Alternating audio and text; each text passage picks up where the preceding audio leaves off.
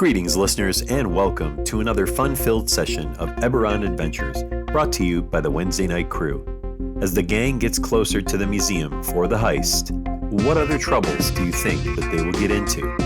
Let's listen and find out. Wednesday Night Crew, back in action. Almost everybody. We'll have one more coming shortly. So we can dive right in. When we last left our swarthy band of formerly students and now suddenly saviors of the world of Eberron, you were at the Beanwater Cafe and you were checking out some open mic poetry slam, and everybody was really getting into the speaker of Grunts who was there performing. More importantly, Lissa, you were getting into him the most, or them the most, because you actually rolled such a high, don't remember what the skill check was, but you rolled really well and were able to understand his Kenku speak and getting a deeper understanding of what they were actually talking about. And what they were talking about was specifically around mage breeding. Do you recall what he was saying? By chance? So I knew that I had homework last week to do, and you have reminded me what that was. That was the magic item. Well, there was that, and then there was also my homework for the last week was to come up with questions for the Kenku, or to talk about the mage breeding. Yeah. Okay. I vaguely remember Alyssa being very important. I meant to go re-listen to this part of the episode. Gotcha. Great. So this, yeah, okay. So we'll play it off the cuff. Let's see how this works out for everybody. So let's cut. We'll just jump right back into where we were. So speaker is he's up on the small stage, and he's speaker, and he's going through his slam, if you will, and it's very rhythmic in its speech, where he's like it's like very poetry slam rhythmic, but he's not really saying like a lot of words, and Alyssa is vibing. She's like, yeah, so deep, man. Awesome. And you see at one point that that speaker is staring directly at you, Lissa, and looking as though he's speaking directly to you. And anybody that has a passive perception of 12 or above would also notice the same. That this is happening. That looks as though speaker is addressing his limited speech directly to Lissa. And you also notice that she seems to be understanding it more than you might be. For those that who would have a passive perception of 12 or higher? Anyone? Belma does. Okay. Hey, Lissa, I think he's into you. Go up after the show and give him your key. Yeah. I gotta go up then after the show. Man, it's like he's talking right into my soul. What is passive perception of Skogar and Azuri? 14. It is a 12, I guess, now that I'm looking at it. Okay. Yeah, guy's being obvious. Yeah, you guys are also picking up on it, but Lucar is just focusing on what food he's going to be, what's the next appetizer he's going to eat. So I'm reaching over to the other tables to take their little bowls of pretzels and chapsticks. Nice. You're walking around taking everybody else's meeple snacks. A bowl of Ruffles potato chips and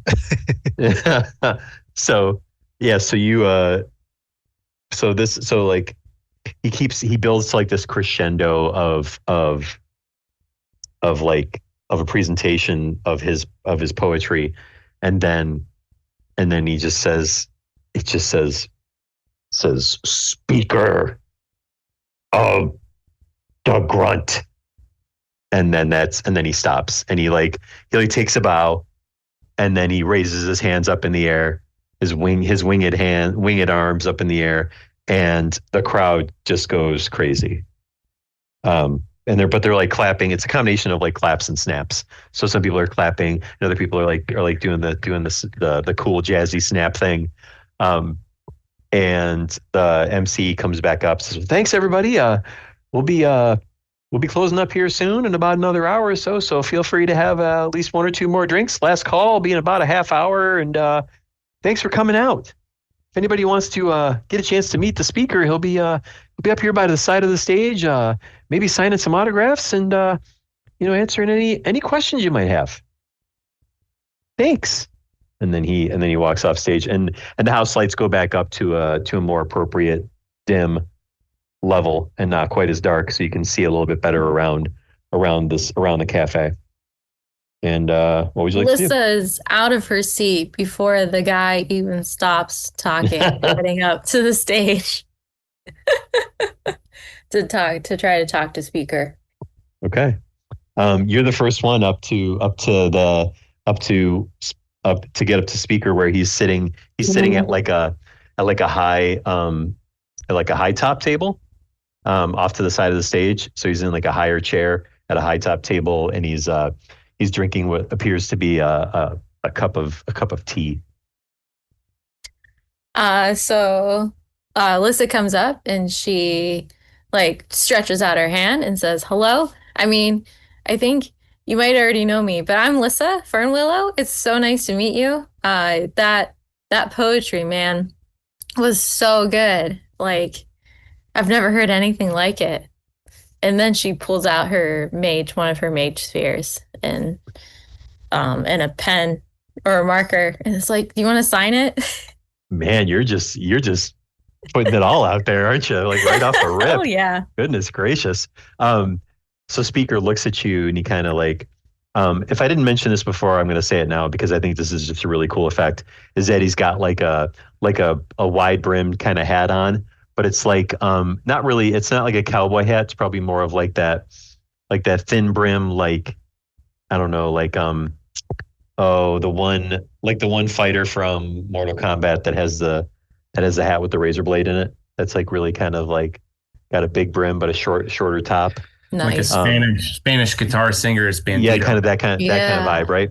And so he's so as you say all this and you hold the mage sphere out, he his head's kind of tilted down.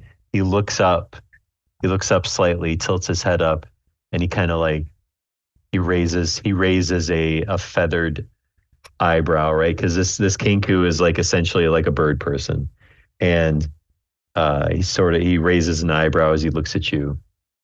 And then he winks, and he holds his hand out to take the mage sphere from you, and he says, "It would be my absolute pleasure." And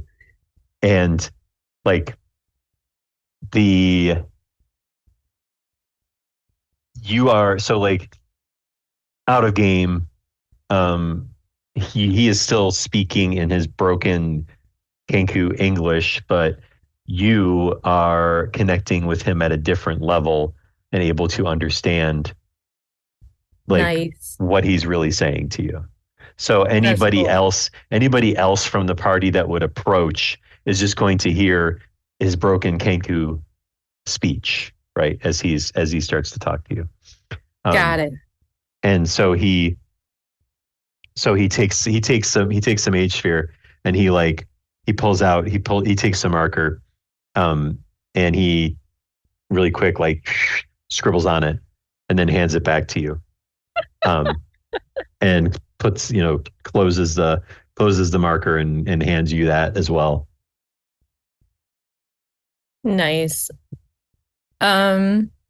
Yeah. So how do you know so much about mage breeding and how it's going to change the world? Your uncle is a very close, one may say personal friend of mine. No. We Oh, have of course. we have known each other for a great many years. As a matter of fact, and he pulls out this old like piece of paper that's folded up out of his pocket, and is like there's like edges that are torn and stuff, and he just hands you the piece of paper, and just like in his he looks like he's kind of an older, like a older, more like seasoned, wise, gentlemanly type, right? So like he's he's very together, but yet like you can see through some of his mannerisms and kind of like the way he's built that he's a little bit more. I don't Gaunt seems a little bit strong, but he's more like older, slender kind of vibe as his like slender arm like in his hand hands you this piece of paper to take, or this folded up paper to take from him. Oh, thank you. Yeah, Uncle Z is awesome. I'm not surprised that you have met him before. The I handed you that with the intention that you open it. Oh, okay. She opens it. And you see what appears to be a design, a like a hand-drawn blueprint, if you will, of a mage sphere with a bunch of like questions like how to size for different size creatures, what magics should be placed on this device, and like it's like all these like questions, and some of the questions are answered, and it's all this stuff. And then you see at the bottom right corner, you see a date on there that shows that this thing is about 50 years. This paper is like 50 years old based on the date written on the paper. Is this like an original design for a mage sphere? He says, speaker looks at you. Well, yes, it's my design. Oh my goodness, that is so cool. We'll say that your uncle was really the only one who could manufacture this device. Wow. But you came up with it. Did you come? This is your writing, right? That is correct. Oh, that is so cool. I never thought. Oh my gosh. So real quick side note, is anybody else in the group like nearby this happening at all? No, I didn't want to fifth wheel her. Okay, fair. Anyone just calling it out? Anybody? Anyone? Nope. You're all just chilling, doing other stuff, which is fine. I would ask. Okay. I would That's cool. have asked awkward questions, and I didn't want to ruin it. Okay, that's fine. Because yeah, it's just so like out of game. Yeah, if anybody like other people, there's some people from the crowd that are just like they're kind of like they're waiting behind you, Lissa, to talk to a speaker, but like you catch out of the corner of your eye that some of them are like looking really confused at how you're having this full conversation, because all they're hearing him say is speak, speaker, speaker, speaker, speak, spee, like speaker, grunts. Like it's all like that's all they hear. But so yeah, you guys are having this intense conversation. So he says, well, as I don't know if you can tell that I would be considered a senior of my race based on my age, and I was one of the first original of the mage breeders. I am so glad I started by asking for your autograph. Do you have like any advice for a mage breeder like myself? I mean, I've befriended several creatures, but to bring them to their next level. And he kind of looks you up and down, says, may I see one?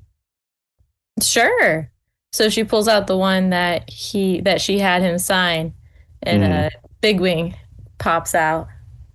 And is Big Wing pop out chill, or is Big Wing pop out like Arms are stretched and like the whole 9 yards? Yeah. Yeah. So when that happens, like 5 people that are standing in line scream and run out of the cafe. And the MC guy, who happens to be the owner, is like, hey, you can't have those big birds. Well, and he looks at Speaker. He's like, never mind. And he goes back to like cleaning stuff up and just shakes his head. And you hear him muttering, like, I don't know why I keep doing these open mics. Shit gets weirder and weirder. And so all that happens. And he says, he looks at Big Wing, looks at him up and down. He's like, wow. It's like, well, this is fantastic. How much of this is you? Well, it was me, and Uncle Z helped me a little bit, of course. Gave me some components. Yeah, he dabbles a bit, but he knows not what he does. I can tell the real power lies within you and not him. Aw, thanks. So my advice to you is, as I can do my best to assist, but I don't know that I could lead this effort. But I need you to focus on stopping the anti-mage breeding league from continuing to grow. Led by my dad. Yes, I've heard of them. Your dad? Well, father. Technically. Okay. What about this father of yours? Oh, he's a person, I guess. But anyways, I mean, I'm happy to take down this anti-mage breeding league. Okay, let's see. Hold on. Let me because I have a character sheet for my guy here. I need to see his, one sec. Oh, could you roll against insight, please? Which I think would probably be deception. That is a 4. Yeah, he got a 18. Dear girl, I know you're not telling me the whole story. I would appreciate it if you divulged the truth here. Well, it's rather critical. I guess it all started when he blamed me for my mom's death and disowned me. And I guess it was even before that, because he didn't like the mage breeding thing that I was into. But then he tried to kill me, and I tried to kill him back, but something happened where he didn't die for some reason. And now he is in charge of this anti-mage breeding league. And still haven't decided if I want to kill him or not yet. But he's annoying. If I may interject. First of all, that sounds very poetic by design, that you would have to face your father. But I hate to break it to you. I think there's only one way to stop this movement from continuing. You have to remove the leader of the cult. Oh, okay. Okay. And by remove, you mean like she draws a finger across her throat, like. And he just quietly nods. Oh. Okay. Yeah, I mean, we can I mean, yes. That makes sense. I think this is something you may have to come to terms with. If you don't mind, I would like to talk to some of the other folks behind you. Yes, of as course. They have also here to see me and and get an opportunity to have a quick chat. I don't expect it will be as robust as ours, but and everybody's like, he's just speaker, speaker, speaker, speaker. And he says, Melissa just says, of course. And she starts backing away. It was so nice to meet you. And then she turns around and goes back to the table. he says, oh, wait.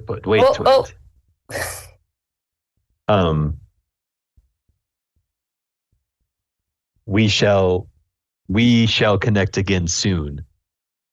Yes. But I am counting on you and your uncle to help eliminate this threat. Yes, absolutely. He knows not what he does. He being your father. Just to be clear. I appreciate the clarity. But yeah, have a good rest of your night. Thank you for coming. And we must speak again soon, as I need to keep an eye on the savior. And he just kind of does this thing where he like points his finger at his beak and like points back at you. And then he turns and faces some of the other people, and they're like, "Oh my god!" And like this one, this woman comes up. She pulls her tunic down, like just a little bit. She's like, "Can you sign right here?" And it's like this whole big ridiculous, like over the top stuff for some poetry slam dude. So yeah, so you walk away, and what's next? Are you heading back to the group, or? Yeah, Lissa just breathes a sigh of relief, like, oh. Made it through that. That was interesting. And then walks back to the table and sits down. And says, he's a cool dude, guys. Dish, spill it. How'd it go? He's way too old for me.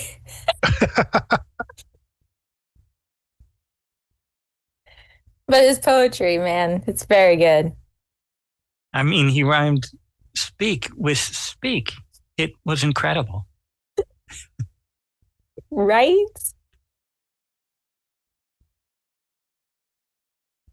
So, any other interactions amongst the party to take place before you exit the cafe?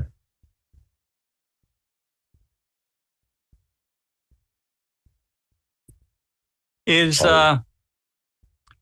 Brogar still in the guise of Kashan, or did he revert to his normal form?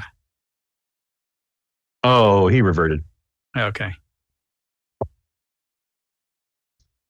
He reverted, and he's hanging out with good old Dad. He's hanging out with Skogar, and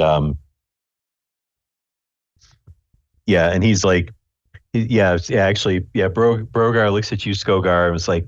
It's like, hey, Dad, do you need another drink? Are you good? Well, he's in here with us. Yeah, I guess if you haven't quite finished that one, we can get one for the road. Knowing that his son is well above Orcish drinking age. His Orcish drinking age is like what, 6 months?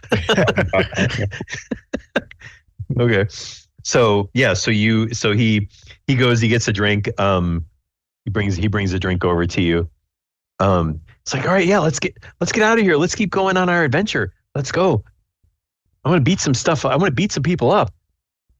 I want to do some stuff. Yeah, that is the plan. And while we're here in town, we talked to those fishermen down there about, where to target the biggest fish. So as we continue on, maybe we'll sit and have a talk, and because not everything's just beating stuff up, son. So can we skip some rocks? I bet you can skip a hell of a rock with that big arm of yours. Oh man, you don't even know. It's really cool. You gotta see it. let's go. Let's get out of here. Come on, let's go. Come on, guys, everybody, let's get out of here. And he's trying to encourage everybody to leave and come with him. Just to leave and head out. So as you guys all leave, it is evening. So you have the option, if you will, of staying like in a smaller inn here in the waterside town of Cree, or you could continue to travel along the path to the next town, which is Delathorn, on the way to Greenheart. But it will be at night. So would you like to stay and head out in the morning, or would you like to depart? Traveling at night is usually asking for trouble, so I vote for staying in town. Agreed. Should we stay? Should we? And most inns offer breakfast before you go, so also we should take that in consideration. It's usually a little bit better and heartier than whatever we gather and cook over a fire. So sounds like a solid plan. So you start to head out of the town, like in the direction of leaving. But there just so happens to be an inn on the outskirts of this town before you're leaving. And it is on the sign on the outside of the door says Howard Jimson's Inn. And this is where you can stop for the night. Each of you should probably knock off you can have your option of 50 silver, a room for 50 silver, or a suite for 1 gold for the evening. Well, I don't need a whole suite. I just need a bed. So mark off accordingly. Many of you were actually roommates in college, so it's probably not a really big deal to share a hotel room at this point. So, is it? But Azuri screams at night. I mostly got past that, actually.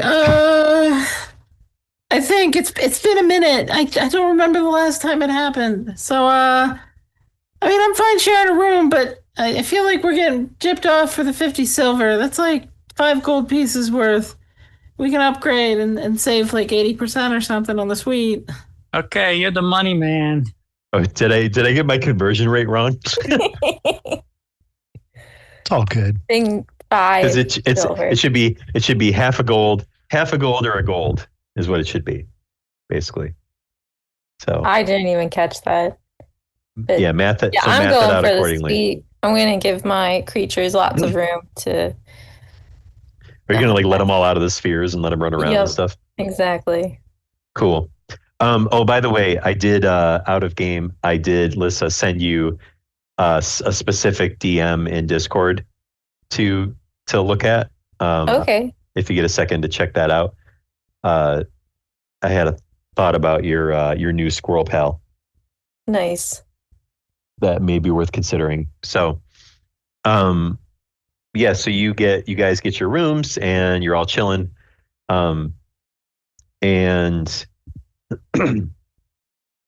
so yeah, it's pretty if any of you have have taken any damage or use any spell slots or anything, you will be long rested and rejuvenated. And we'll just say that Kashan has grabbed a room for himself. And all of you get ready. All of you get up in the morning and you come out of your rooms and you see that Lucar is already down in the nook area where there is a very, very elaborate elaborately put together continental breakfast on display. Nice. That Lucar is eating from as you guys all come from your rooms in the morning, and he is already consuming food. Checks out. Yep. I thought he would have eaten everything except like a few flakes of raisin bran. Well, no, he hasn't. I mean, as much as He just started. yeah, he just started, and it's a pretty big spread. And Lucar's always shared food with you guys. It's just that he keeps the majority of it. That's just how it goes. He's a hungry guy. I mean, he's fueling. He's really eating for. I mean, for a while there, he was eating for two because Astra was kind of hanging out in his head, right? So, yeah, he's just he's got to stay fueled for that wild magic. Speaking of which, let's make sure we don't I don't think you've cast any spells really in a while. I did last time, and I marked it, so we're good. Okay. So yeah, what number are you up to?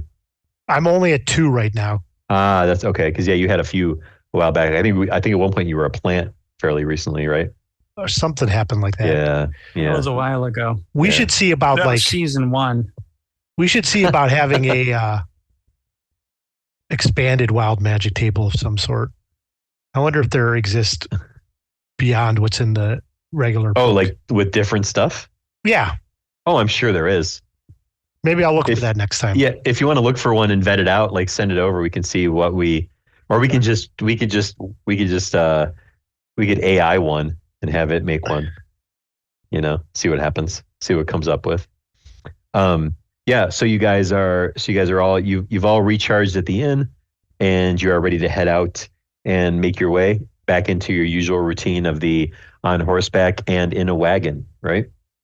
And you are now headed off to Delethorn, which is the next waterside town on the way. It's just a few hours away. It's not that much of a trip or a travel. So you're traveling on this road that is very, very close to very, very close to the lake. It's a very close lakeside trip. And as you are about halfway across, you are. Is there any I mean, just for the sake of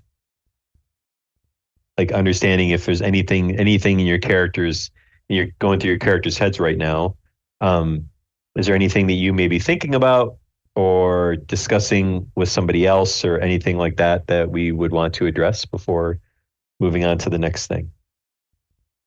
Gogar will be keeping his eyes in the sky, knowing that we've been accosted by dragons twice now. Right. And once on the trail, similar to this.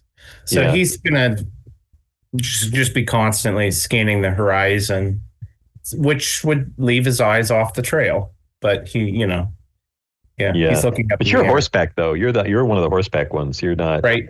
Yeah, you're not in the wagon. So, anyone else?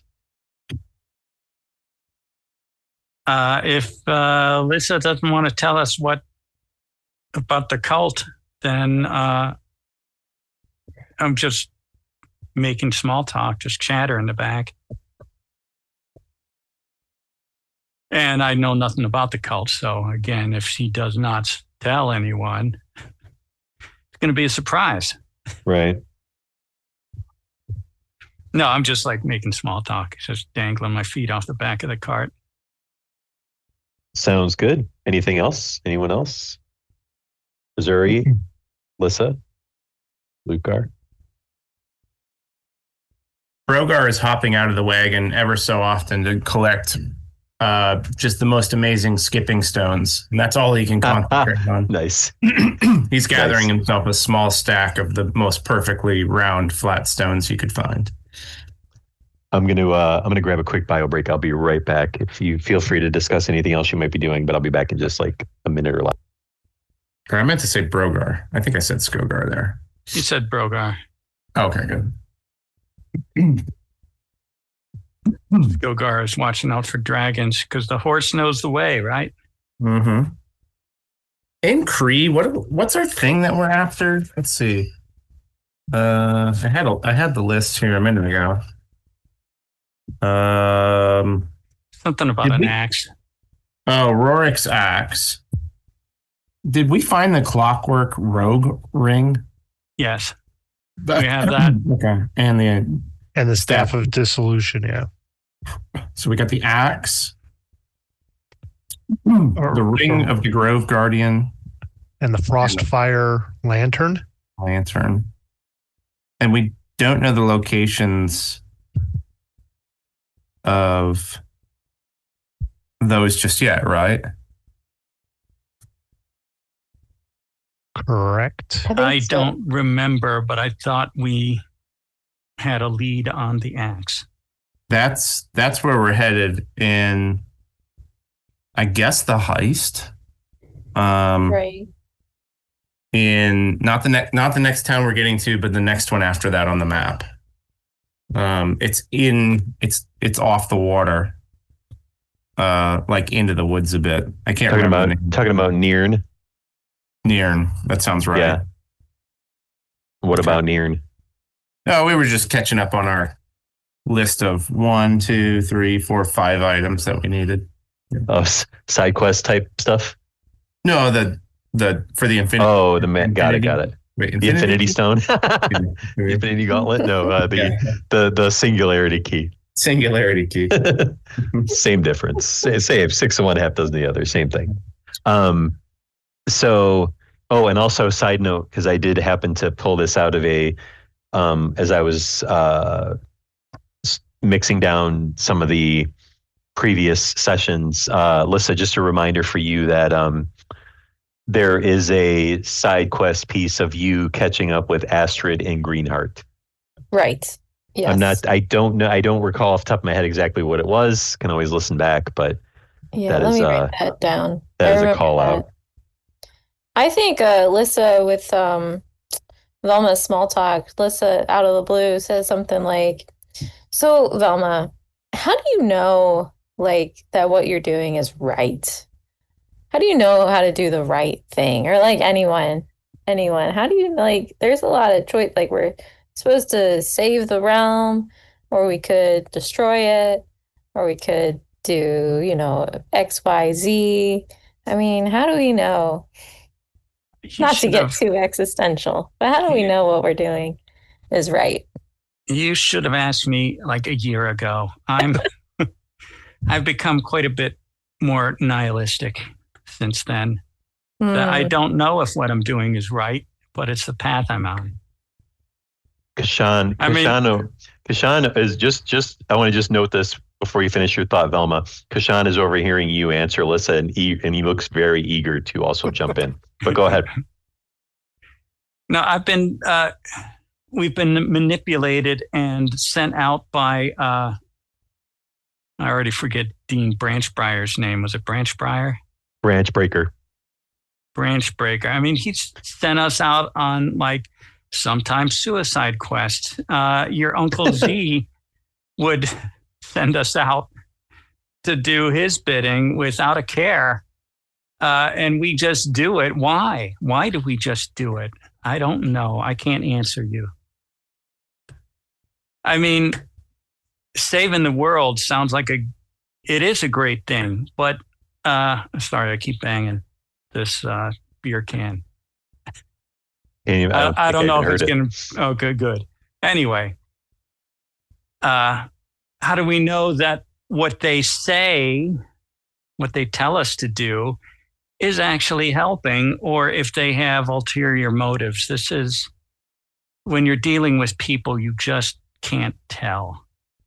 So I wish I had certainty for you. That makes sense. That's fair. Yeah. There's a lot of things we've done that we had no idea what we were getting into. I mean, my whole perspective on it is so far both sides have asked us to, track down and gather these powerful relics. One side, we were going to make the Singularity Key, and the other side wants them destroyed. But what if we just didn't go collect them? Like, would things just, like, continue on as they are now, or... I don't think we're the only people on the trail here. I think there are factions who have stooges like us going out doing their bidding. So we may run into some other teams and have to fight for it.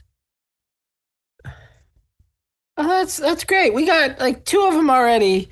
So if another faction gets like 2 or 3 of them, then they're not all together, and neither side can win, right? So we'd be in a stalemate? Well, then they'd come try to kill us. Well, Wouldn't you be rather holding all the cards? wouldn't Kyber, would he not care? Is that his name? The evil dragon below? Kyber is like the dragon below, yes. Wouldn't he not care as long as the key was never assembled? He would be certain if we destroyed them, but if everybody was fighting over their little piece of the singularity key, that's just as good for him. That's not to say that it won't end in our destruction. The last time the event took place, most people died. There are still scars upon the land. What if the whole land turns? Then humanity would be gone for good. Humanoidity, I'm sorry. I didn't mean to be racist. So what you're saying is doing nothing is just as bad as like collecting and destroying them all, because we might die anyways. That may be the only thing we can hold on to, is that for evil to win, good men do nothing. That's kind of what I was afraid of. Doing nothing's my specialty, and so I wanted to see if that was an option. But if it's not, then I guess. The Dreaming Dark is against you. What is your side for? What do you want? Because they're mixed up in this too. They want to like take over the dream realm and stuff, and they just don't care. Us. This is that's extraplanar. That has nothing to do with the morning, as far as we know. I don't know. The morning's extraplanar too, because it's like Kyber represents the lower realms, and the dream realm it's not really an upper realm. It's just kind of off to the side, so it's all extraplanar. So maybe the morning does hurt the dream world some, and maybe the Dreaming Dark does want to see the morning brought about because it's gonna wreck a bunch of stuff. I'm not quite sure. Maybe the plane of dreams is insulated. Maybe it gets dragged into all this. I don't really know. This feels like more of a philosopher question here that we need, celestials or really smart people to think about. I don't know, man.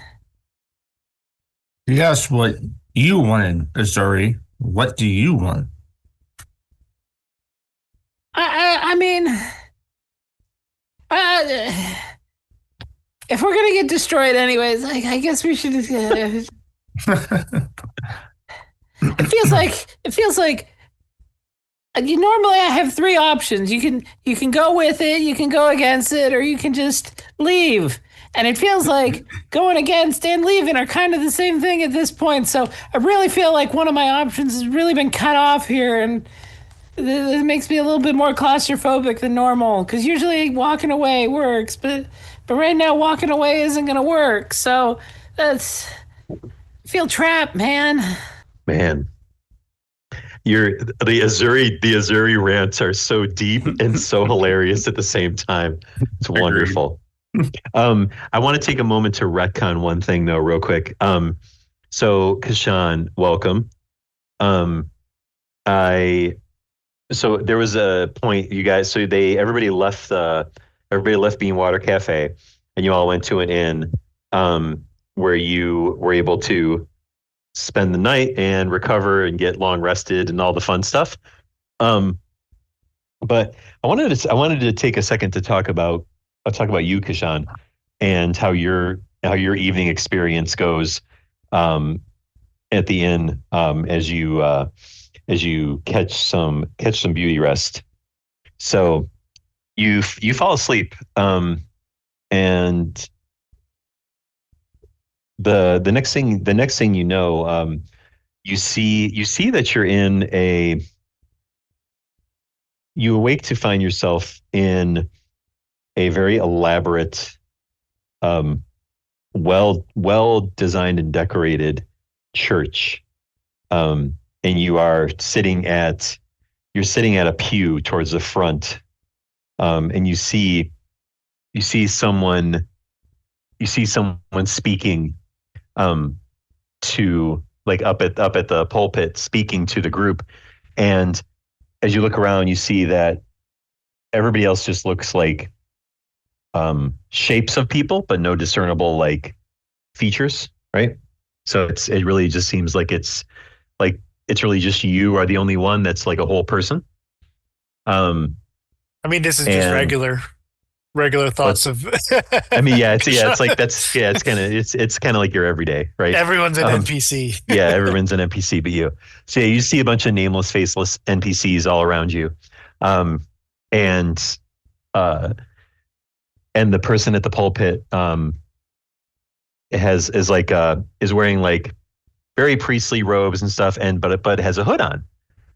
Pulls the hood, starts to pull the hood down, and you see this long, flowing, perfect golden hair, and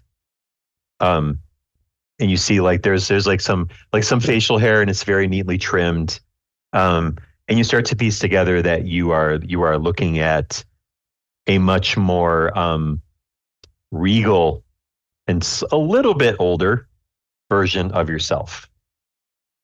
And this older version of yourself looks at you and says, "Hey, it's about what took you so long?" Oh, I mean, ran into dragon troubles.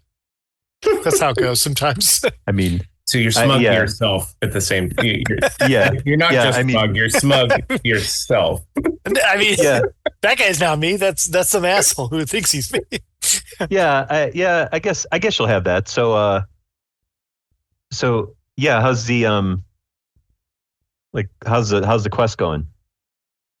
Oh, there's always things going. We grabbed a couple things. We got a couple other people saying like, "Oh, we want you to do this. We want you to do that." You know how it goes. Somebody wants everything put together and done for good. Somebody wants everything destroyed and done for what they think is good. Nobody has any idea. I mean, it's obvious that I know how it goes because I'm you, but I'm like just wondering because let me cut to quick. So how much longer are you going to try to keep up with this whole paladin thing? I mean, I'm already over it, but I need to know how long you're going to be doing this for. You just said that you know what happened, so why don't you tell me? Oh, but I think the whole point of this little vision thing is that you need to tell me, right? I mean, clearly, like you're high priest over here, so maybe I don't know. Maybe I've become, put the warrior aspect on. I become a priest cleric next. I don't know. We already got that. I mean, but am I though? I have no idea what you are. Or I mean, are you just dreaming this right now? I mean, I hate to say it, but this seems like if I am just dreaming this, then maybe I do need a Zuri around. He would be more well-versed in what's going on here. Is this one of those, like, find yourself moments? Am I, I really don't want to play shrink with my own head, okay? I'm here to deliver you a message of divine purpose. You know what? I thought that the agreement was that I'm destined for greatness, and I don't really need that divine intervention because, like, whatever I do is what needs to be done. I thought that's what this is all about. Yeah, exactly. That's why I'm giving you your message. Or is it I'm giving me my message? Or you're giving me the message that I'm getting back from you that I originally gave to you. I mean, I guess if this is all a dream, this is all my head, and therefore it's all being made by me. Okay, go for it. No, I see what you're saying. No, like this is all coming from me, so this is right. So go ahead and tell me what I already probably know that I should do, but I probably should do. So it's really simple. Okay. You you are the savior. I mean, yeah. The halfling is the destroyer. And then you wake up. Huh. Out of game. I thought of this earlier, that I really wanted, because like the whole paladin thing where they get like the messages from their god or their patron or whatever you want to call it, right? And I wanted it to be where Kashan is just like, he's so Kashan that the message comes from himself. His god is himself. Yes, I mean, exactly. Yes. It just makes sense. Yeah, right. Take it for what it's worth. So you awaken Kashan, and as much as you're like, okay, yeah, that probably was that was obviously a dream. There is still a part of you that is like, there's something about that message that just seems to be resonating with you. But that's something that you'll probably have to figure out over time. I am the savior. No, that does resonate. I can see that. I imagine you took a vow of glory where you are, your personal aggrandizement is what drives you. So I mean, that tracks. Yeah, like that. Yeah, absolutely, it is. Yeah, so you are the savior. The halfling is the destroyer. I mean, the second part I don't know about, but the first part I totally am down with. Oh, come on. Have you seen him put away breakfast? He totally destroyed that. That's very true too, yes. So you guys, okay, so we're back to you guys all on the, like, traveling along the lakeside road to Delthorn, and you so as you're riding along, your conversation to everybody, or is just thought process and everything. You guys are having some nice robust conversation, and as is tradition, Kashan and Skogar are leading the way on horseback. And as you approach Skogar, you see, because you've been looking up so much, staring up to make sure there's no dragons that are going to fly down to say hi. You happen to catch out of the corner of your eye and just briefly manage to stop quickly enough to see what appears to be a traveler in incredibly ragged clothing, standing like right in the middle of the road. Is he a philosopher? Because we could use one. and he looks up. He's looking at you, Skogar, and he says, "Stop, please." Skogar kind of puts his hand up to halt the wagon and keep trotting forward and say, "Be you friend or be you foe? We've had nothing but treachery on our travels." As he advances towards the ragged man. "I am not your enemy." Heard that one. Say your piece. Say your piece, old man. Saturday night, yes. Saturday night. Right? He walks up to this. He walks up to your right side. Oh, absolutely. And he holds out this box, and it is a very ornate box. It looks the designs looks kind of similar to the types of designs that are like that you see on like Lissa's mage spheres and stuff. It's like that sort of like filigree type stuff. Not to say that that's what this is. And that's not a mage square, but like it's just similar style of craftsmanship.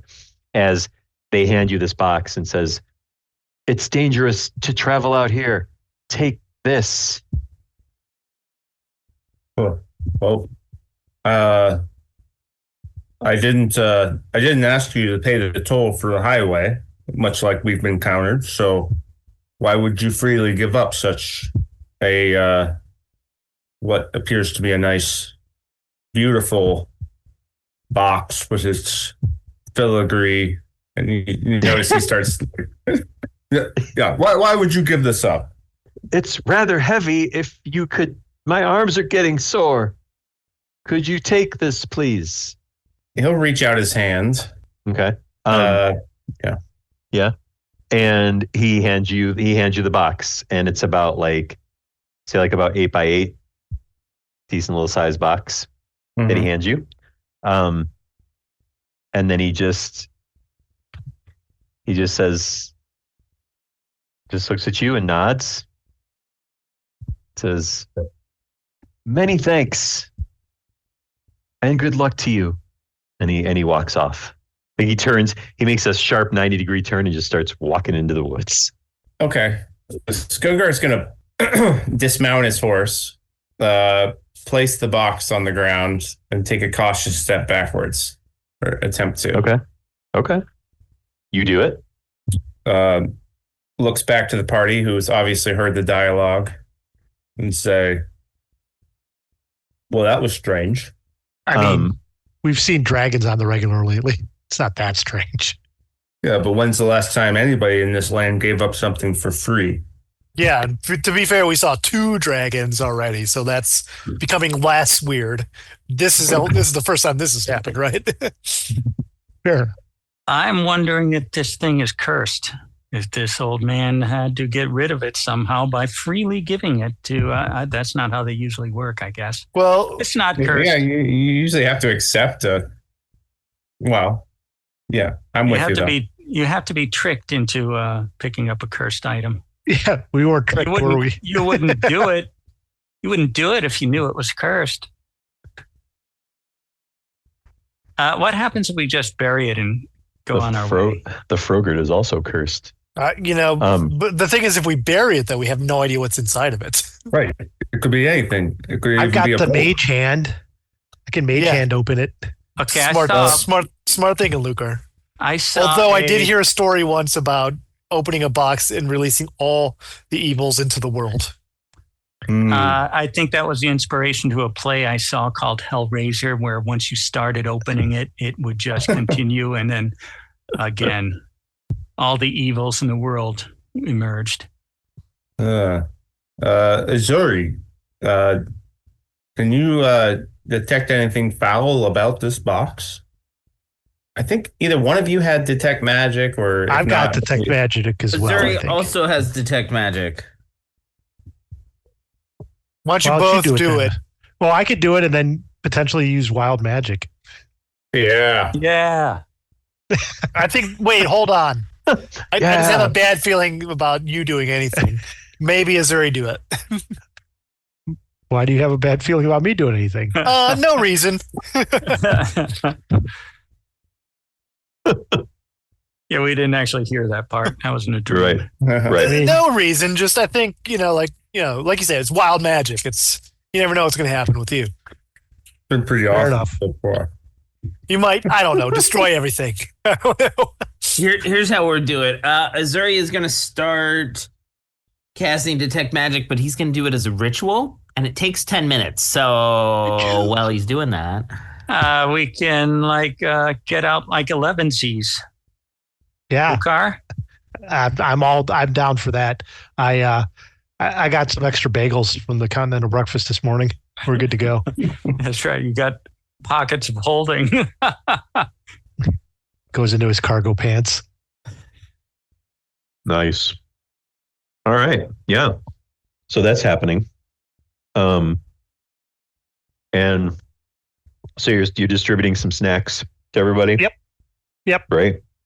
Wonderful. Skogar will use this 10 minutes to pound in the net that he now has. So over top of the box, just in case there's something diabolical, he's going to take his big fishing net that he bought and just kind of pound stakes into the 4 corners over top of the net. And that's how he'll spend his 10 minutes.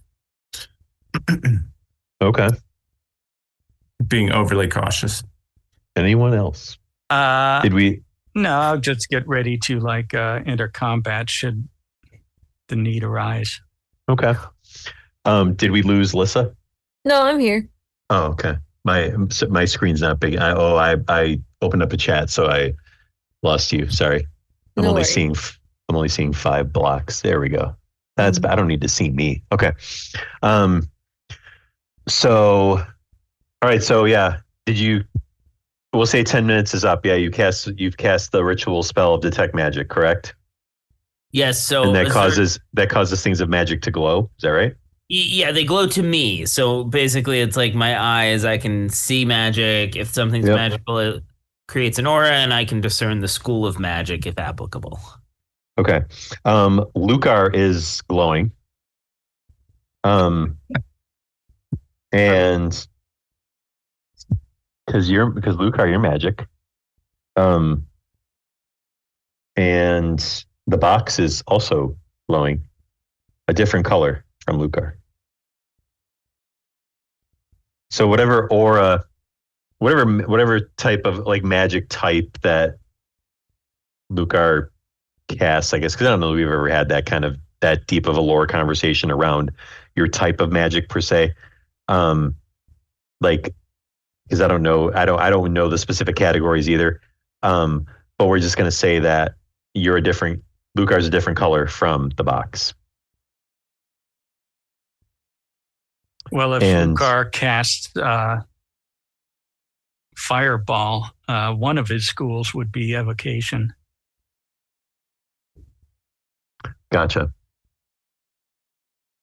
So, and the Zuri, the color that you see, the aura color that you see around the box, is not one that is that is threatening in nature.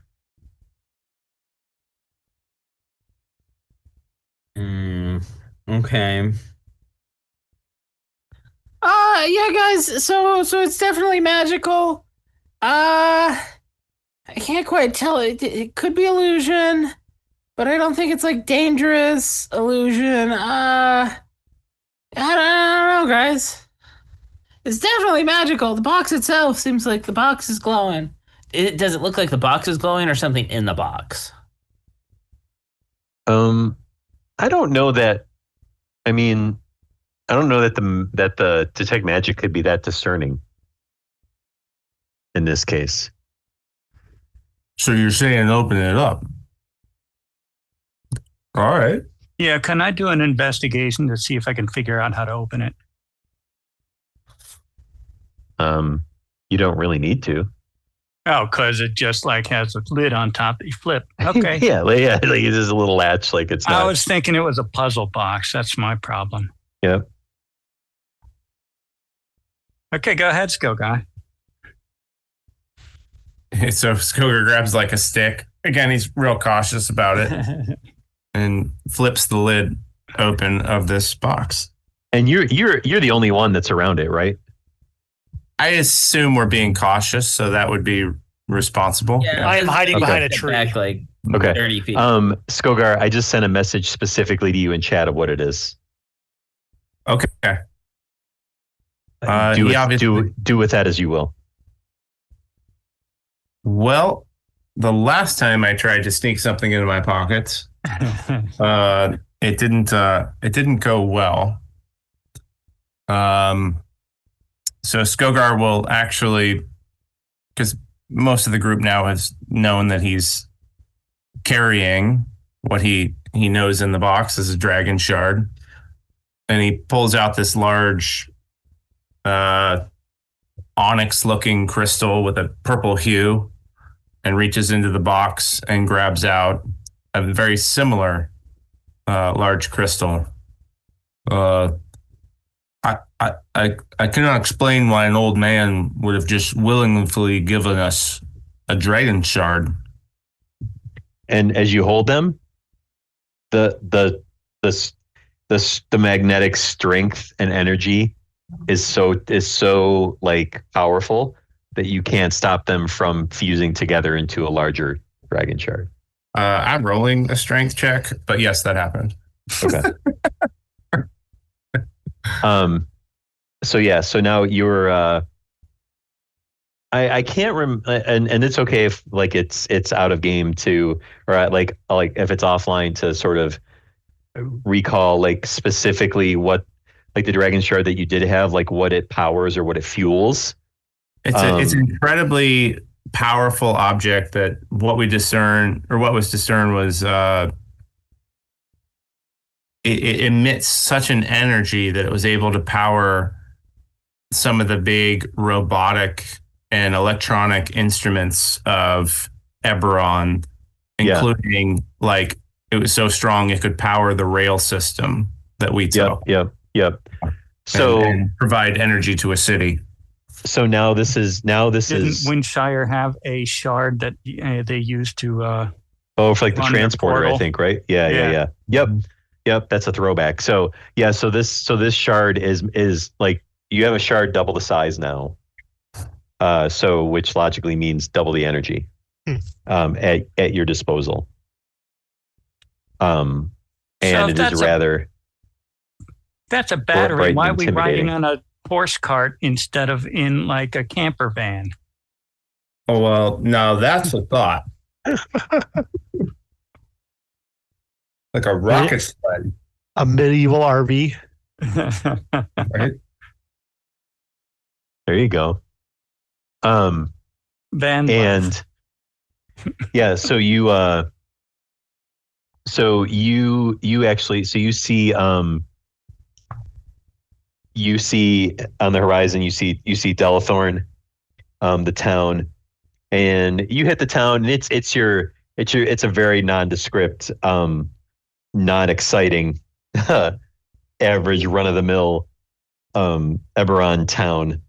As we look to maybe try to do a little bit of a montage, fast forward, if you will, as we take the group through some travels through Delethorn and then through Delethorn and Nirn.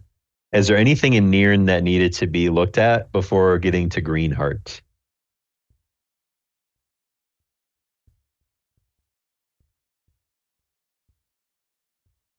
I mean, we can just fast forward the whole Lucar stocking up on all the local delicacies. Yes, we can. Yeah, I don't have any notes for Nern. Great. Okay. Nern. You're such a nerd. Nerds. Nern. All right. So, so fast forward. It's a montage, and you're all having your little adventures. And like, Lucar, maybe there's a couple situations where you cast a cantrip, but no spells, no wild magic. And Kashan, you just see Kashan in the background, like shaking his head no as you're like casting a cantrip and stuff. And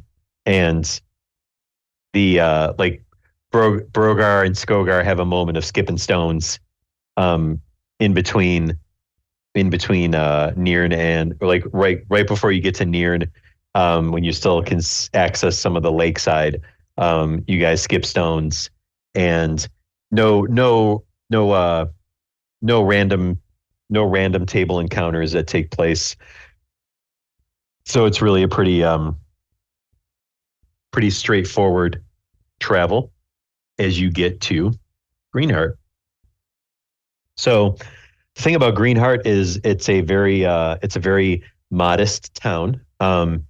There's no place to stay in Greenheart, which you find odd for the capital city of the Eldine Reaches. For the capital of the Eldine Reaches, that one, it would be like more of a town setting, and two, that there's no lodging in Greenheart, which you find very odd. This capital is very strong, has a very strong presence of druidic power. And it is very, very, very closely tied to nature. And as you come in through the main street, you see very modest homes, and a lot of them have some really nice decorative vines and stuff growing everywhere. And Lissa, as you walk in, as you guys all come in, let's say you're on the cart and you see in the distance, you see someone that you recognize, and they turn and they look at you, and their eyes get really big, and they say, "Lisa, it's been so long." Oh my goodness. And Sable comes running up to you with her stubby legs and arms outstretched to give you a hug, and she's running towards you and trying not to trip. Alyssa hops off the cart and runs and hugs Sable. Oh my God, how have you been? Doing great. No, I don't. That's why I asked. How have you been? I mean, I'm so happy to see you. Yeah, we taking in the sights, seeing a lot of cool things. That's pretty cool. Are you guys, did you save the world yet? Almost. We're getting there. I mean, it's kind of taking a long time, though. I think. Well, it is saving the world. It does take a little bit of time. I mean, it's just a world. Like, it can't be that hard. I don't know. Well, how Anyway. about you? What have you been up to? Doing druid stuff. Just kind of hanging out. Learning. This is a great place to learn druid stuff. Oh, hey, Kashan, how you doing? Bye. Hey. Skogar walks up. What's her name? Oh, you just said, I Sable. thought you were done. I'm sorry. Sable. Sable. Yeah. Didn't even say Sable, anything. Said Jesus. What'd you say, Skogar? Sable, have you been continuing to focus your inner rage? I know the last time we spoke, you were becoming quite the ball of fury. Oh, buddy, you better believe it. She starts to flex, and she's like, she's like, trying to just like, ugh, she's like trying to flex and look all tough and stuff. She's like, yeah, I've been working out a lot. It's tough and getting really tough. So what are you guys doing here anyway? Well, It's pretty out of boring game. place. Out of game. Has Sable? Have we encountered Sable since we went missing for 2 years? I forget if that was before or after. Yeah, I think she we was never there. we still have that gap in our memory. Yeah, I think you saw her after you came out of the quote unquote comas. Yes. Okay. She was at the secret headquarters. And yes, Yeah, because and she's in on it. The Defenders of Eberron. Yeah. She's pretty much the hand of the dean kind of vibe. if that makes any sense. Which it probably should. Which it probably shouldn't. Which makes it that much better. So yeah, she's like, "Oh, you guys are here looking for the next part, or the next part of the key thing." Bingo. Yeah. So have you seen any cool? Have you seen a cool axe? Well, no, I haven't seen. That's your guys' job. You gotta find the axe. I don't know where the axe. It's the museum's over there, though. And she points like down further down the road. Fair enough. She's like, yeah. So it's great to see you, but I'm doing a lot of druid stuff right now, so I gotta go back to do that. Okay. Yeah, no problem. This was just a quick pop in. I got shit to do. Yeah, us too. No worries. We'll catch up when the world's saved. Yeah. Okay. And she just walks. She walks away, and as she goes by, she walks by you, Kashan, and she's like, Kashan, and just kind of like huffs at you and walks away. and then she's like, but then she turns around like, and she whispers to you. She's like, "I like your hair." and then she runs off. I do a wink and a thumbs up to her. And she giggles this really awkward, raspy giggle that does not sound attractive at all. and she runs away. All right, so yeah, so we so like you guys, you pull up to the outside of the, my gosh, I can't read this at all. You pull up to the museum, and what I would like to do really quick is I want to read you I'm going to reread you just to put it fresh in your brain. The Golden Vault mission that was told to you the last time that you were, the last one that you received, okay? Which should have been from Maplethorpe. and the one who provided you the box with the message in it. So the message is, greetings, operatives. The Golden Vault has learned that the egg of an eldritch horror has been mistaken for a historical object and is about to go on display at the Museum of Natural History. The anthropologist, Dr. Cassie Dannell, tried to warn officials about this egg, known as the Merkmeyer stone, but none believed her. We do, and we know that if this egg hatches, many will die, or worse. This quest, should you choose to undertake it, requires you to infiltrate the museum, steal the egg, and return it to Dr. Dannell, who will neutralize it. There's no time to waste. The egg could hatch at any moment. Start by meeting with Dr. Dannell. Good luck, operatives. Does it say where to meet Dr. Dannell? It does not. But it is safe to say that Dr. Dannell is likely within Greenheart, is most likely the case. So there's you're pretty much you're in an area that, just to kind of set the tone of like what you're seeing around you. So there's a lot of service buildings, right? So you're coming up upon the museum in a little while. You see there's like passing by like a library, pass by a small like a modest church, and so it's like everything. It's like everything, but like there's no shops, there's no inns. It's just like basic services to help support the capital. Okay, and you see that there is, you also go by like a very modest like medical building. I guess we'll call it hospital, Eberron Hospital, whatever, type of vibe. And then you walk. So it's like a,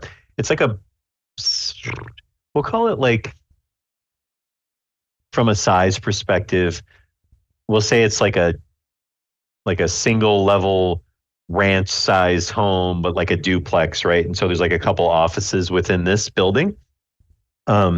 And there are varying like, medical type services that you see. So you see like one that's like an urgent care. You see one that's more of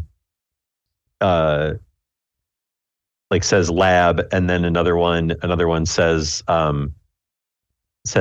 psych services, and that's what you see in the immediate area as you're heading towards the museum. So I don't know if as you try to figure out, because you have to obviously connect with Dr. Dannell first, so you kind of need to figure out, where is this person? Well, where would a discredited scientist lurk? Probably locked up in the psych ward.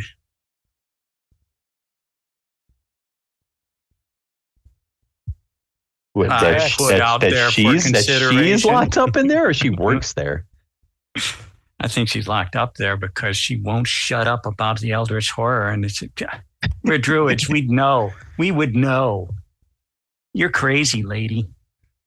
That's my conjecture. Okay. Velma, you're pretty good with these things. Let's follow your advice there. Sure. We could split the party, and Izuri could go to the library. I know he's itching for it. I never turned down a library, so I mean, if that's an option, I'll gladly go. So anyone else have an idea of where she might be? I don't know. Is there a receptionist? I'll ask the receptionist. So, really quick, Kashan. So, out of game comment that I mentioned earlier is that I sent in the general discussion of the Discord. I did send the player map for the museum. I did see that map. Yeah. Yep. Yeah. So that is what you'll be using to plan the quote unquote heist, if you will. So which where are you going into? The receptionist where? Like, so we're talking like going to the urgent care, or going to the lab, or going to the psych area? I'm going to go to the lab. Okay. Psych ward. It's okay. So, we are going to. We'll start with Velma in the psych ward. So as you go in, you hear a faint voice in the background, in what appear like in a far off room a little ways away, just like chanting over and over this like broken like kind of nursery rhyme vibe. It's like 1, 2, buckle your boot, 3, 4, better scoot out the door. And it's like this but they're just repeating the same two things over and over and over again. And they don't get any further. And there's someone like up at the front, sees you, and they have like kind of like a dingy white coat, like tunic type coat on, and they look at you, and they're like, they look at you sort of with a little bit of a disdain look, saying, "Yeah, can I help you with something?" Well, first, does the voice in the background sound like that crazy old man on the road? No. Okay. No.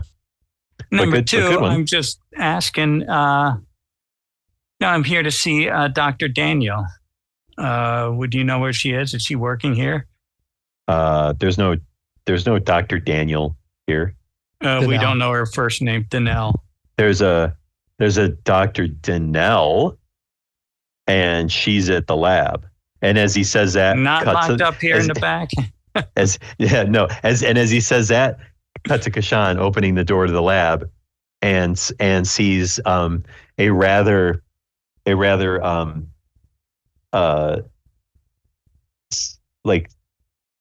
attractive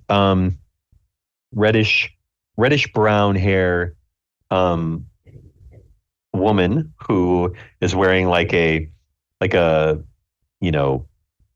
lab coat, I guess, for a better way to put it. And she's sitting at a desk and writing notes in a very large book. And she sees the door open and sees you come in, Kashan, and says, "Hello." Hi there. I'm Kashan, Paladin Extraordinaire. Wow. I am Dr. Danelle. I knew it. I'm sorry. It's just, there's this thing I have where I'm just like, I was looking for you. Is basically what I'm trying to say. It's great. So are you from the Golden Vault? Yes. Oh, fantastic. Thank you for coming so quickly. So you're here to help? Yes. It's like, oh, that's wonderful. So, a few weeks ago, I attended a site dig, much deeper in the forest, and it unearthed a furrowed light green stone. I can give you all the details, but the bottom line is that it's not a stone, but it's actually an egg of a horror of eldritch nature. Eldritch horse. Terrible. And based on all my research, and she points to like she's got like 3 books, like 2 of them are open, and there's like all kinds of scrawled handwriting in them. It says, based on my research, it's showing that this could hatch at midnight tonight. Well, that's quite a deadline. What time is it now? I'm all jet lagged. I'm all carriage lagged. It's 5 o'clock.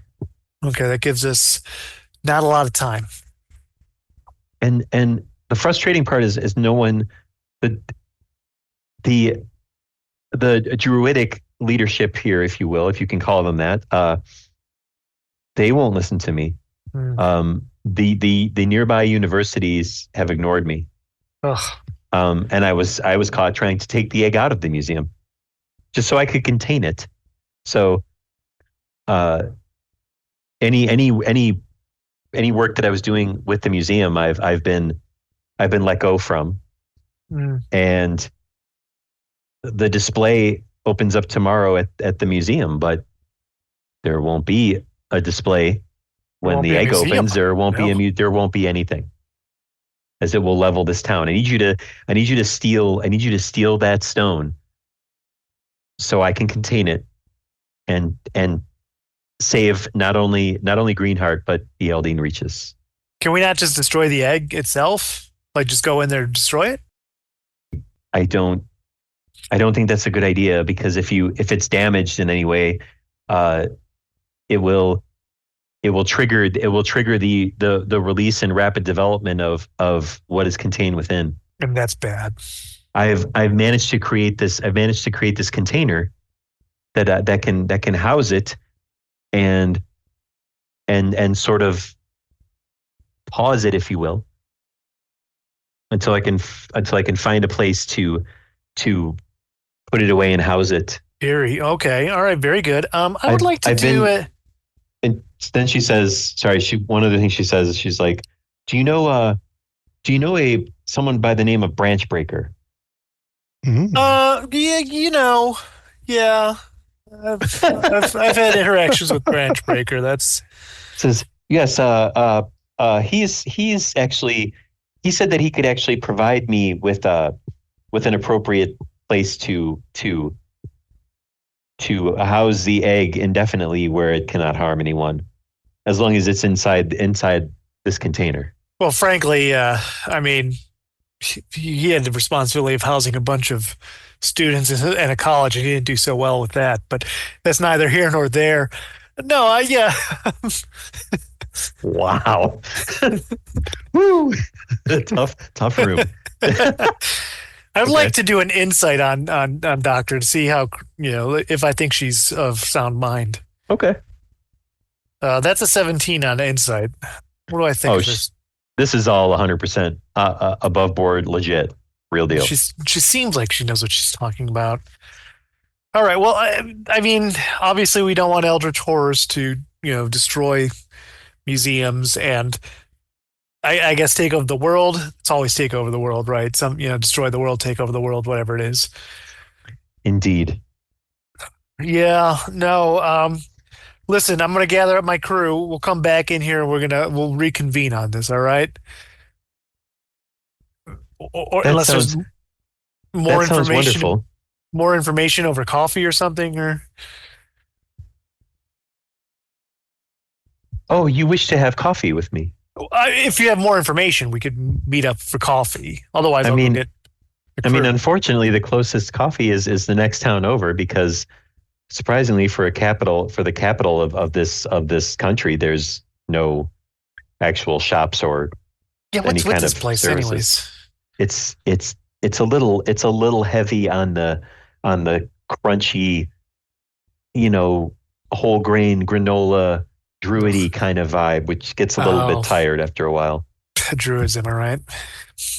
Indeed. I tell you, the Still Shower family of convenience stores is going to have to make inroads here. We could make a killing. So, yeah. So she says, yeah. So please, talk to your friends. I would suggest you make a plan. If you'd like to come back here to make your plan, that's fine. Nobody else is expected to come back to the lab for the rest of the evening, so it's just me. So you have time to chat through whatever you need. I can offer you any insight I might have, but I suggest that you make the best of your time and do hurry, please. Absolutely. We we'll take a rain check on that coffee once we figure out this whole Eldritch Horror thing. We can maybe take a little day trip to the next town over, get some coffee, whatever, picnic. I don't know, something. That sounds wonderful. All right, and I go out. I give a big whistle to try to give everybody to. Hey. So, yeah. So I would say probably everybody. So Velma doesn't really hear you, but Velma's probably on her way out now because she. Yeah, it was a bust. Yeah, she was. It was a bust. So I think everybody's around you. Skogar, Alyssa, Lukar, everybody but Azuri, who happens to be in the library. So let's cut to Azuri real quick. So Azuri, you go in this library. It's a very modest, very small library. There's a few rows of books, and you see like a main desk as you walk in, and there's a person behind it, and they say, "Well, good afternoon to you." Oh, hi. It's Can I help quiet you in with here. I find like it. anything? Yeah, I was just looking to see if there were if you had a book on the it's the no the key. If you've heard anything about the this key before, any books on that? Books on keys? Yeah, a key associated with or just a book on the morning. That would work too. Oh, we have a couple of those. Yeah. Not too many though. Yeah, it's fine. Whatever you got, that'll work.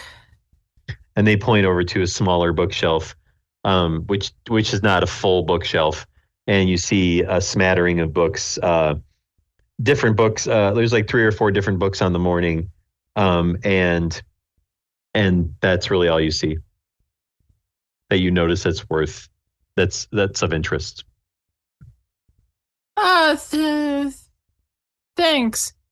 I'll just. How late are you guys open? The last library I went to kind of closed up shop early, so I just want to know how long I have. Well, to... we will actually be closed in another hour.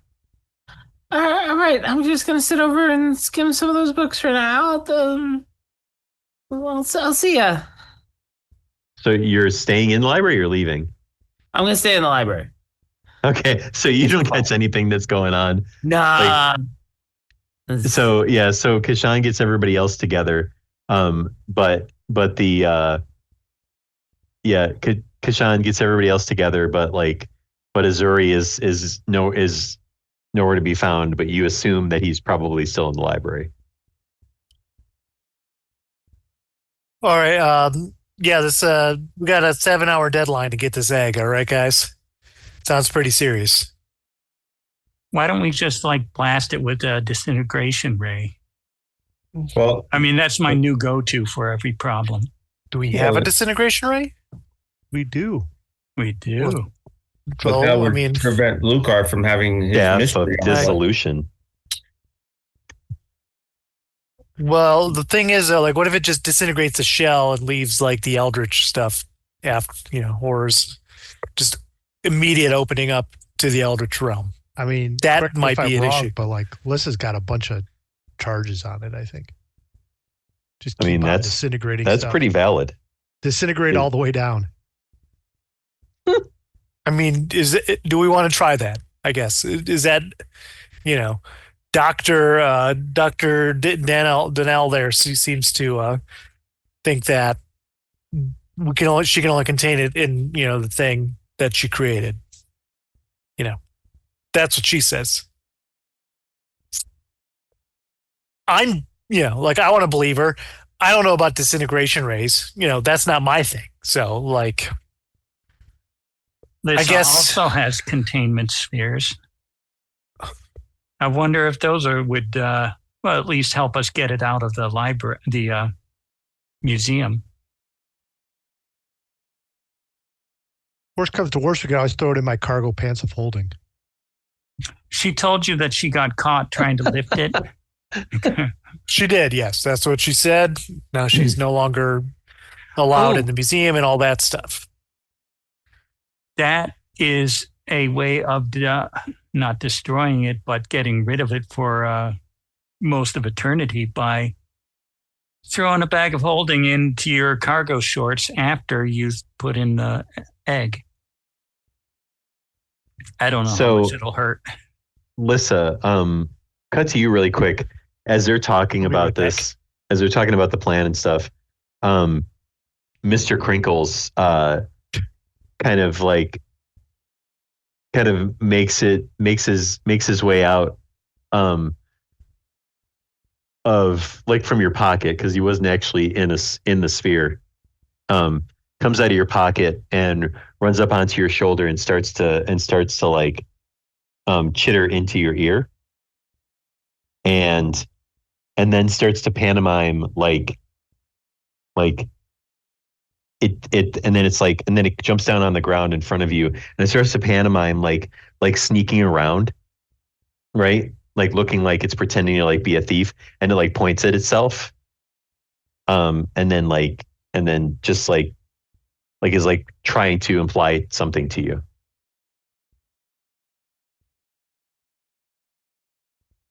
And you're on mute if you're there.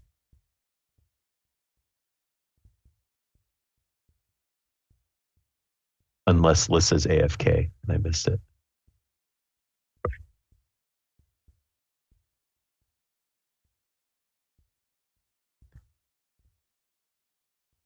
Then we'll come back to that, as I'm unsure of Lissa's status. So, yeah. So, what do you guys want to do? Are you going to head back to? Are you going to head back to the lab to talk through your plan? At some point, we're going to have to case the museum. I would like to hear what it was that got Dr. Donnell caught, so we can avoid that at least. Okay. So, yeah, are you guys all going to head back to the lab then? Kind of talk to her and maybe ask a couple questions and come up with your plan? Is that the thought? Right to me. Sounds right. Yeah. All right. So you all head back to the lab. You all get in, and Dr. Donnell is in there, and she's just like writing stuff down in her books and everything. And she looks up. She's like, "Oh, so that's great. So it wasn't just you. There's more. That's wonderful." Yeah, this is my crew. Oh, that's great. Look like a very skilled group here. I expect we should be fine. Yeah, I think we've got a few questions we want to run by you real quick, though. Oh, sure. Feel free. Ask away. You've got a few minutes. Yeah, Velma brought up a point about you getting caught before. Like, what happened there? Like, why did they get you? How they get you? And who's Velma? I'm sorry, Velma. Is this young lady here with the? I can speak for myself. I'm Velma. Velma's the one who could speak for herself. Amongst my questions were, what did you do to get caught? Because we need to case this museum, and we don't want to try what you tried. Did you just like walk up to the case that it was in and pick it up?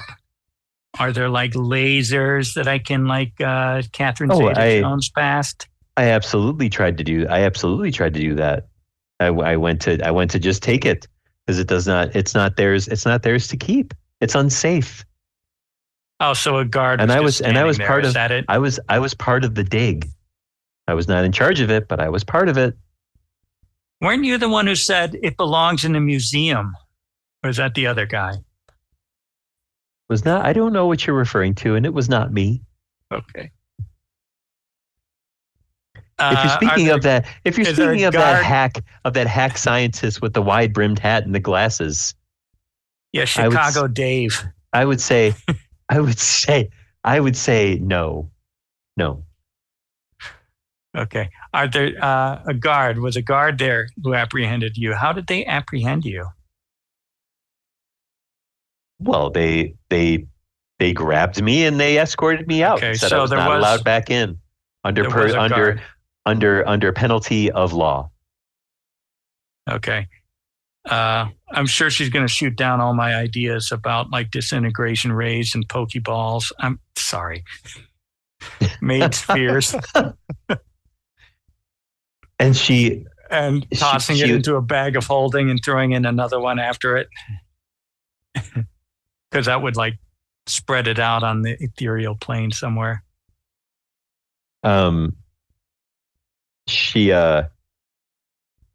looks at you all, and she said, I don't know that I can necessarily prove this, but based on early analysis of this egg before I lost any sort of access to it. I have reason to believe that the horror that lies within shares genetics with a mythical creature that has not been seen around Eberron since prior to me being born. Are you familiar with something called a Tarrasque? And that's where we're going to end. Okay. Well, as a player, I'm familiar, but I'll roll a history check next time. Did we fight a Tarrasque in this campaign, or was it a different one? Oh no, that was this. You did that in the Scullery, I think it was. Okay, if I recall. Yeah. Because that was the campaign where you guys were like super high powered, like super high levels, and Skogar, what was your character in that one? I forget his name. Oh, geez, I don't know. He died was it Agar? It was Agar, and that was funny because like 2 weeks ago when we were in the the rival forge to Uncle Z, I can't remember the name of that. Yeah. One of the guys' names down there that you just gave in passing was Agar, and I was like, wait. Am I supposed to do something? Am I supposed to interact with this guy? Because you just so randomly chose, his as another dwarf. That's so funny. Because he turned into a part pig man, and then like that was to bring him back because the shaman made him part pig man to keep him alive. And he died like 5 times. Yeah, good times. All right, so when you start the next session is going to be all about the heist in the museum. And the goals of this heist is to get the egg and find and retrieve the axe. And that is your mission. So we will start the next session with you planning for that. And then hopefully executing that as well. And working with our Dr. Danelle to who can maybe offer any insight of the museum to try to help you prepare for this heist. So you'll have a week to look at the map, at least one day prior or whatever, or an hour before the next session, whatever you need to do, and come up with ideas of what the best approach is to see what you can do.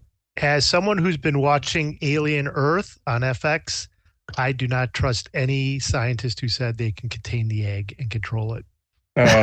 Yeah. How is that show? Is it good? It's pretty good, yeah. Yeah. I've watched the first episode. I'm excited because as we played in the Alien the mini campaign, it's my favorite all-time series. I'm waiting until they get to the end, and then I'm gonna watch them all. Yeah, nice. I've watched the first 2. They haven't grabbed me yet. I don't love the cast, but I think it's ramping up. Yeah, I nice. I think so. The episode this week was the best one so far. Yeah. We will be back in it, and you'll be on a heist next session. Cool. Good deal. Good. Later, everyone. Awesome, guys. Yep. Have a good night, everybody. See you next week. Bye. The big score. Thanks, Bill. You're welcome. Bye. Holy crap, a Tarrasque? That's not good at all. I hope the gang can get the egg and contain it before it's too late. Come back next session as the Wednesday Night Crew starts their heist. Thanks for listening, and as always, see you next week. Hello, listeners. Have you been enjoying the Wednesday Night Crew and our real play sessions of Eberron Adventures, along with our special themed one-shots, and playing other RPG systems like Outgun, Call of Cthulhu, Basin, and Alien the Role-Playing Game? Well, if so, then maybe you should head over to patreon.com and become a patron, just like our first 3 patrons, Sean, Andrew, and John. For just $3 a month, you get your name mentioned in the podcast credits.